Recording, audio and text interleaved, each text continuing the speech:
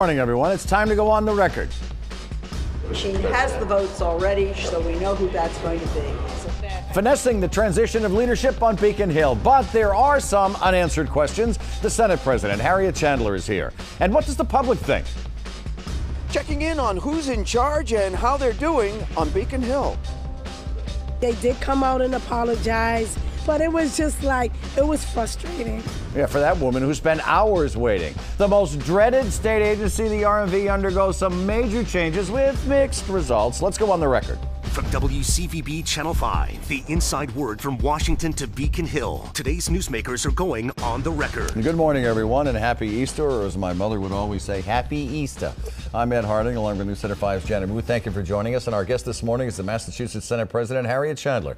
After a sex scandal rocked the Senate in December, Chandler stepped in to lead the body. In February, the term acting was removed from her Senate President title. And now more changes are ahead.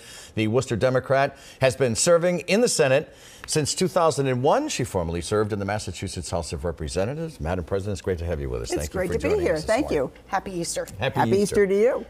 So I think a lot of taxpayers are looking for some stability. And when you became the president, you said that you intended to stay until the end of the December.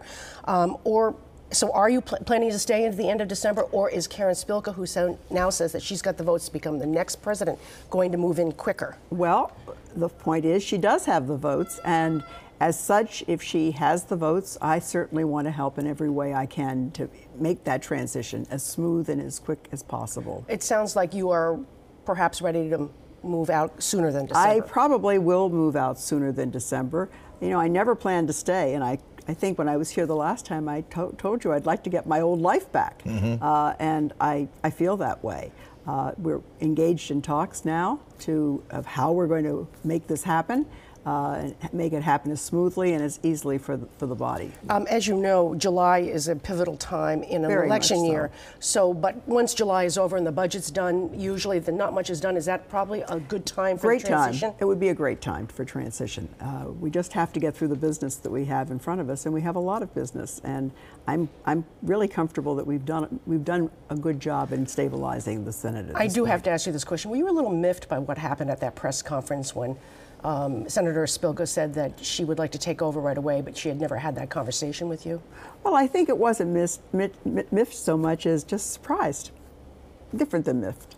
Different than miffed. Surprised. Yeah, surprised. All right, let's talk about a member of your body, State Senator Michael Brady. He was arrested for drunk driving. And let me ask you this. Should the Senate, the Ethics Committee, should they step in here? What do you think? Well, I think the court is now working with him. I mean, he has been arraigned. And we're disappointed, obviously, in this behavior. We don't think this is the kind of behavior. A DUI is not what we normally would expect from a member of the Senate or the member of the legislature. But he is seeking help, and that's the important thing. We hope he gets the help, and we hope he can get back and work with us as soon as possible. You don't want to leave it.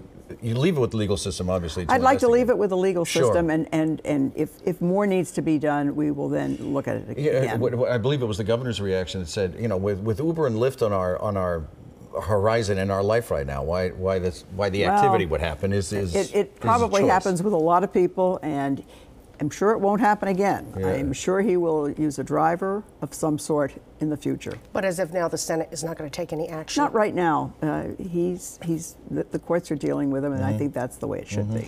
Give us an update on the Rosenberg investigation. It's been several months now since he has stepped aside, and a lot of lobbyists and staffers fear this will drag on for too long. What can you tell them? I don't think it's going to drag on too much longer. I can't tell you that I know too much more either than that, Janet, but I can say that I sense that, and I've had no contact with the investigation at all. That was the way it was planned.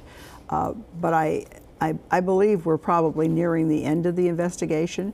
And at that point, the investigation will give a report, bring a report to the Ethics Committee, and with recommendations. The Ethics Committee will make their decision about what to bring to the Senate as a body, which then will be voted on by the Senate. And everything will be made public. So it's more like, so you're talking more days and weeks rather than months at this point? Oh, very definitely. I think we're talking about days and weeks rather. Let's say weeks, and maybe a month or so. I shouldn't guess like that, but I don't think we're talking about. We've been involved in this for 4 months now.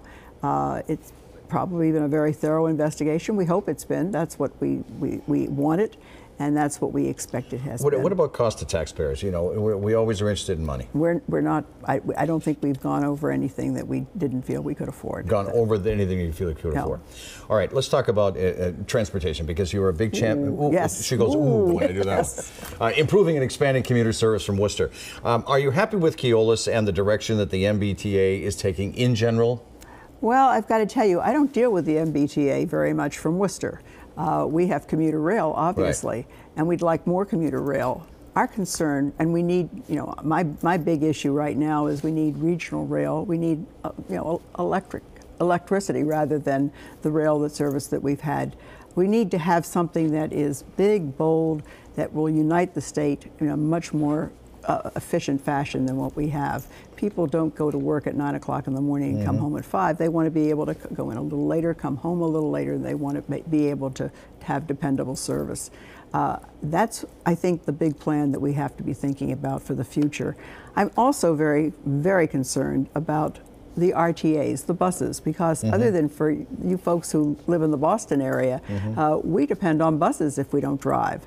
And if you drive, you are forced to deal with absolutely clogged roads. Well, it's right. awful. Yeah. And we're a small state, and so the roads are that much more clogged. So I would hope that we would look at our RTAs much more carefully and thoughtfully than we have in the past. But traveling on the surfaces, you just pointed out, it's just it's awful. It's awful. It really is awful, and we really have to think more about new and different ways to deal with that. So how do you pay for big and bold? I think that's what we're going to have to talk about. We're going to have to Taxes? come. I think that's the only way we can be able to pay for it, and I think we shouldn't be afraid to.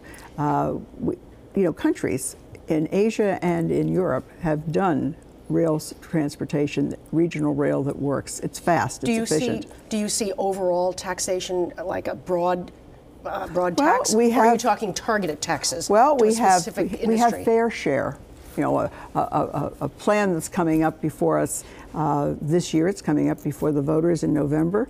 That would add, for anybody earning over $1 million a year, would add another 4%. It would bring in somewhere. If it passes the legal If it test. passes, if it passes, Yeah. clearly that it all depends on whether it passes. But it brings in $1.6 billion to $2.3 billion, something in that neighborhood, and that is designated for education and for transportation. It's money we need. If we don't use that, then we need to talk about ride calling services, taxing them. We need to talk about Airbnb, looking at what technology has brought that we haven't even thought about thoroughly enough at this point in time. But you know, on the other hand, mentioning tax is I like know, the it's third a rail. bad word. It's a bad word. No pun intended. It's a bad word. All right, you ready for the OTR pop quiz? Oh, I hate this, but go ahead. How can you hate this little simple piece of paper? You can't look. Don't look. I won't know look. which way there. Okay, here we go. The theme of this week's OTR pop quiz is, huh? So you get to say, huh? Like what? What former U.S. senator suggested that student activists learn CPR instead of protesting the lack of gun control? It's a former U.S. senator who suggested that student activists use to learn CPR instead of protesting the lack of I'll gun give you control. another Give me a It hint. was someone that actually ran for president. Someone that ran for president. Biden? No, it has to be a Republican. And it Rick Santorum from Pennsylvania, who said it on CNN. That would be a Rick Santorum. He backed away from it. Yes, he thank said you. he misspoke. He backed away from it, but he did say it. He didn't what a deny stupid saying thing it. to say. Question 2 is, we have a picture for you. So take a look at this picture, please. This is an MBTA Green Line train wrapped up in a Lyft ad. You see, it's kind of it's completely wrapped in it right here. Lyft is a ride-sharing company, as you know, public transportation promoting private travel. How does the T explain this? I'm not sure. Yeah, the spokesman Joe Pisaturo says the MBTA is under a legislative mandate to maximize non-fare revenue. Money is green, no matter where it comes from. Wow. We continue All right. on the record. Stay with us.